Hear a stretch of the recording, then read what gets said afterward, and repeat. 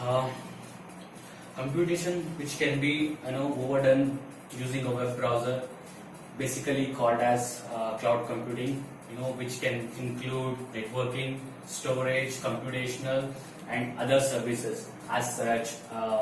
Infrastructure as services, platform as services, computation as services, analytics as services, etc. Right? So the question is, why do we need to choose AWS or other platforms? Right? AWS being the leader in the market since the day the cloud began. Right? So there are other cloud vendors as well in the world, but we do prefer AWS because of the following reasons. One is AWS is very technologically advanced. You name it, they have the service for it. Be it analytics, be it Internet of Things, be it computational services, be it network services, be it storage. You name every single thing available in IT today, they have solution for it. That too technologically really advanced. Right? They do have a serverless architecture wherein you just go run your application, just deploy your code, run and come back. Pay as you go. Just pay for the time which you run code on top of AWS platform rather than provisioning instances and others.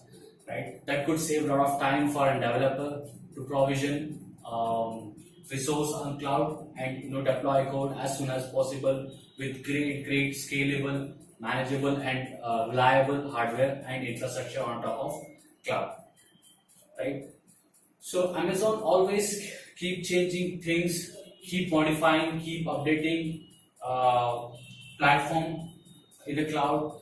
They are technologically very advanced company, right? So they are majorly into they majorly concentrating currently on serverless architecture. What I mean by serverless architecture are basically containers. When I say containers, you will have only a box where you just use your application rather than deploying any hardware or any operating system or installing any packages. Instead, you just select what application you want. Let's say you want VB or PHP on top of cloud. You just need to say, I need PHP, and everything is done by Amazon. It is provisioned in 2 minutes. You can just go ahead there and write your PHP or ASP.NET code and get the run the code and get the output in matter of seconds. Right? Previously, it was provisioning hardware, installing operating system on top of hardware, right? Installing particular application on top of hardware, and then letting developer design his architecture and then letting him code. Right? It was very long process.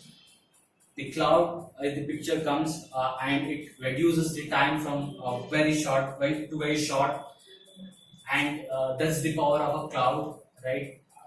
You can run anything on top of cloud today, right? There are live stream engines which can fetch the live stream data from any of the sources available today and do the analytics on top of it.